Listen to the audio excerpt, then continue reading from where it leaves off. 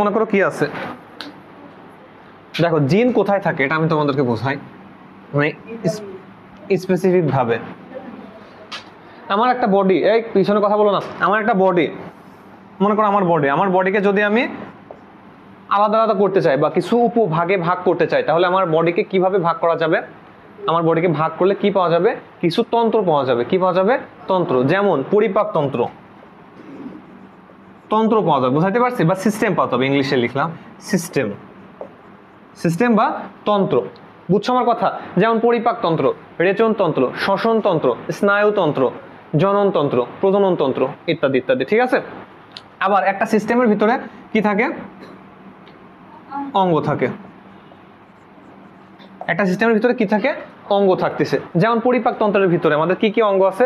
মুখ আছে, ঠিক আছে? তারপর আমাদের পাকস্থলী আছে, গোলবিল আছে, অন্ননালী আছে, ক্ষুদ্রান্তর আছে, বৃহদন্ত্র আছে, ঠিক আছে? তারপরে একটা অঙ্গকে ভাগ করলে আমরা কি পাবো? টিস্যু পাবো। টিস্যুকে ভাগ করলে আমরা কি পাবো? কোষ। এখন এই কোষের ভিতরে কি আছে? কোষকে ভাগ করলে আমরা কি পাবো? কোষের ভিতরে পাবো জড় উপাদান, জীব উপাদান। এর মধ্যে নিউক্লিয়াস আছে। কোষের ভিতরে কি আছে? নিউক্লিয়াস। আচ্ছা, কোষের ভিতরে তাহলে নিউক্লিয়াস আছে। কোষের ভিতরে কি আছে? নিউক্লিয়াস। নিউক্লিয়াসের ভিতরে কি থাকে? ক্রোমোজোম বা ক্রোমাটিন ফাইবার। Chromatin fibre. এই ক্রোমাটিন ফাইবারের ভিতরে কি থাকতেছে? ডিএনএ। ডিএনএর একটা নির্দিষ্ট অংশ হচ্ছে জিন। এই জিনই হচ্ছে আমাদের বংশগতির ধারক ও বাহক। বুঝাতে পারছি কথা? তাহলে জিন হচ্ছে আমাদের বংশগতির ধারক এবং বাহক। তাহলে জিন কোথায় থাকছে দেখছো? আমাদের বডি, তারপরে সিস্টেম, তারপরে অঙ্গ, টিস্যু, কোষ, নিউক্লিয়াস, ক্রোমাটিন ফাইবার, ডিএনএ, জিন।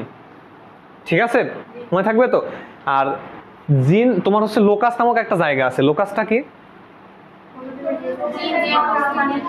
হ্যাঁ, সেটা হচ্ছে লোকাস। বুঝতে পারছি কথা? ওকে, তাহলে এটা কি হবে? জিনের রাসায়নিক গঠন কি? ডিএনএ। ঠিক আছে? আচ্ছা, তারপরে কোন কত? 11। মানুষের দাঁতের কঠিন অংশের নাম কি? এনামেল। তাহলে তো পারো। তারপরে কচু শাকে কোন ধাতু আছে? লৌহ। আচ্ছা, তারপর হচ্ছে 14 অসংক্রামক রোগ। অসংক্রামক রোগ আর সংক্রামক রোগ বলতে আমরা কি বুঝি? সংক্রামক রোগ হচ্ছে যেগুলো হচ্ছে আমাদের একজনের কাছ থেকে আরেকজন ছড়িয়ে যাচ্ছে, সেগুলো হচ্ছে আমাদের সংক্রামক রোগ।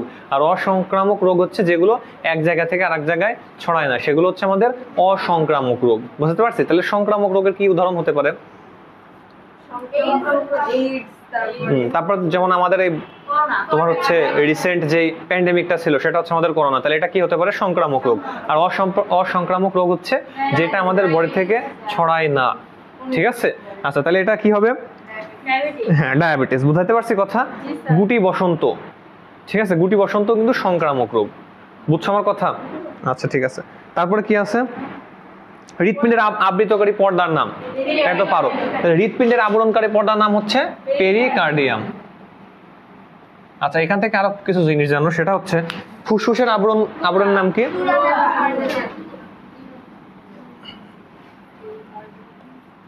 এটা হচ্ছে হার্ট, অর্থাৎ হৃৎপিণ্ড। হৃৎপিণ্ডের কি? হৃৎপিণ্ডের হচ্ছে পেরিকার্ডিয়াম। বুঝাতে পারছি কথা? তাহলে তোমার হচ্ছে হৃৎপিণ্ডের আবরণের নাম হচ্ছে পেরিকার্ডিয়াম। লাংয়ের আবরণের নাম হচ্ছে প্লিউরা। মস্তিষ্ক, ব্রেনের আবরণের নাম কি? মেনিনজেস।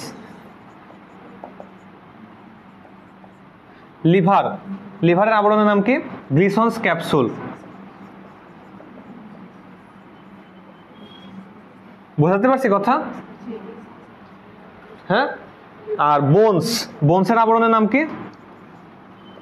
পেরিঅস্টিয়াম। আর কার্টিলেজ মানে তরুণাস্থি, তরুণাস্থির আবরণের নাম হচ্ছে পেরিকন্ড্রিয়াম। এই লেখা বোঝা যাচ্ছে পিছন থেকে? তাহলে কি দেখলাম? হার্ট, হৃৎপিণ্ডের আবরণের নাম হচ্ছে পেরিকার্ডিয়াম। লাং মানে ফুসফুসের আবরণের নাম হচ্ছে প্লিউরা। ব্রেন মানে মস্তিষ্কের আবরণের নাম হচ্ছে মেনিনজেস। লিভার মানে কি? যকৃতের আবরণের নাম হচ্ছে গ্লিসন্স ক্যাপসুল। বোন মানে হাড়ের আবরণের নাম হচ্ছে পেরিঅস্টিয়াম। আর কার্টিলেজ মানে তরুণাস্থির আবরণের নাম হচ্ছে পেরিকন্ড্রিয়াম। ঠিক আছে? হাড়, হাড়কে বলা হয় অস্থি। কি বলা হয়? অস্থি আর তরুণাস্থি। তাহলে অস্থির অ আর অস্টিয়ামের অ, মনে থাকবে? অস্থির অ আর অস্টিয়ামের অ, আর বাকিটা হচ্ছে পেরিকন্ড্রিয়াম। বুঝতে পারছি? আবার পেরিকার্ডিয়াম ভাবো না যেন এটার সাথে এটা মিলাই মানে গোলায় ফেলানো না যেন। পেরিকন্ড্রিয়াম এটা হচ্ছে পেরিকার্ডিয়াম, ঠিক আছে? এই পেরিকার্ডিয়ামের কয়টা স্তর আছে জানো? দুইটা স্তর আছে, 2 লেয়ার। পেরিকার্ডিয়ামের কয়টা স্তর? দুইটা স্তর। কয়টা স্তর? দুইটা স্তর। একটা হচ্ছে ফাইব্রাস পেরিকার্ডিয়াম, একটা হচ্ছে সেরাস পেরিকার্ডিয়াম।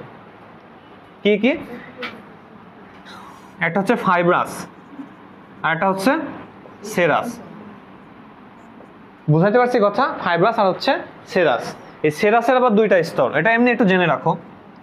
একটা হচ্ছে প্যারাইটাল আর একটা হচ্ছে ভিসেরাল, ঠিক আছে? তাহলে পেরিকার্ডিয়ামের দুইটা লেয়ার, একটা হচ্ছে ফাইব্রাস পেরিকার্ডিয়াম, একটা হচ্ছে সেরাস পেরিকার্ডিয়াম। সেরাস পেরিকার্ডিয়ামের দুইটা লেয়ার, একটা হচ্ছে প্যারাইটাল লেয়ার, একটা হচ্ছে ভিসেরাল লেয়ার। এই প্যারাইটাল লেয়ার আর ভিসেরাল লেয়ারের মধ্যে একটা ফ্লুইড থাকে, সেটাকে বলা হয় পেরিকার্ডিয়াল ফ্লুইড। মানে কি? পেরিকার্ডিয়াল রস। বুঝাতে পারছি কথা? আচ্ছা, তারপরে কোনটা আছে? এই লেখা বোঝা যাচ্ছে? ভিডিওতে দেখো তো লেখাগুলো বোঝা যাচ্ছে? ওকে, তারপরে কি আছে? 18 নম্বর।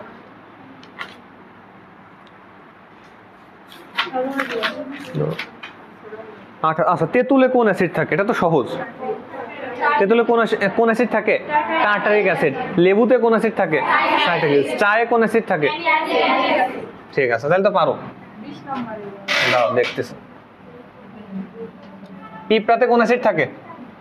পিঁপড়া ফর্মিক অ্যাসিড। ভিনেগারে কোন অ্যাসিড থাকে? Acetic acid. অ্যাসিটিক অ্যাসিডের অপর নাম কি? Ethanoic acid. অ্যাসিটিক অ্যাসিডের সংকেত কি?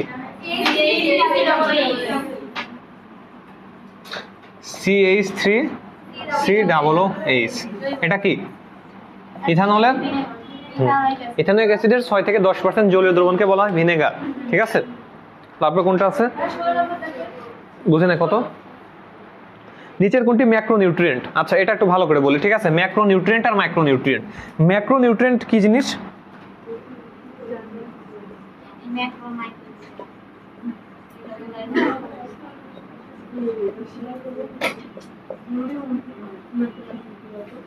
ম্যাক্রোনিউট্রিয়েন্ট।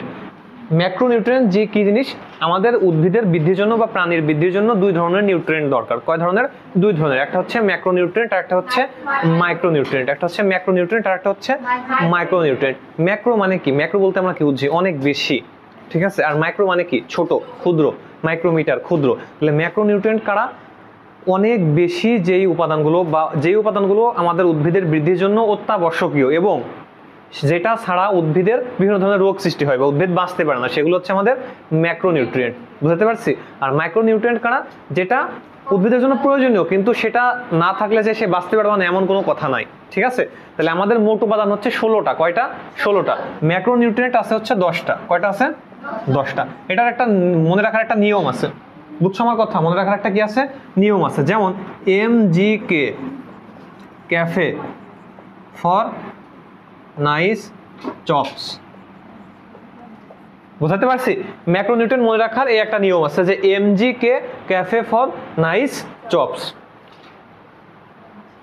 মনে থাকবে কথা? MGK, cafe for nice chops. এখানে MG মানে ম্যাগনেসিয়াম, K মানে পটাশিয়াম, ক্যালসিয়াম, আয়রন, নাইট্রোজেন। সিতে কি? Carbon, carbon, hydrogen, oxygen, oxygen. এটা হচ্ছে ফসফরাস, এটা হচ্ছে সালফার। এই বুঝাতে পারছি? তাহলে MGK হচ্ছে, MGতে হচ্ছে ম্যাগনেসিয়াম, কেতে হচ্ছে পটাশিয়াম, সিএতে ক্যালসিয়াম, এফিতে আয়রন, এনতে হচ্ছে নাইট্রোজেন, তারপর হচ্ছে সিতে হচ্ছে carbon, hydrogen, oxygen, phosphorus, sulphur. তাহলে তোমাদের এখানে কি আছে? কোনটা? ম্যাক্রোনিউট্রিয়েন্ট। তাহলে কোনটা হবে? 9টি এখানে দেখাচ্ছে কিন্তু অ্যাকচুয়ালি 10টি, বুঝছো? 10টা হবে। এখানে কোনটা হবে তাহলে? ফসফরাস বলছে, মোলিবডেনাম বলছে, ম্যাঙ্গানিজ বলছে, জিঙ্ক বলছে। ঠিক আছে, তাহলে কোনটা হবে বলো?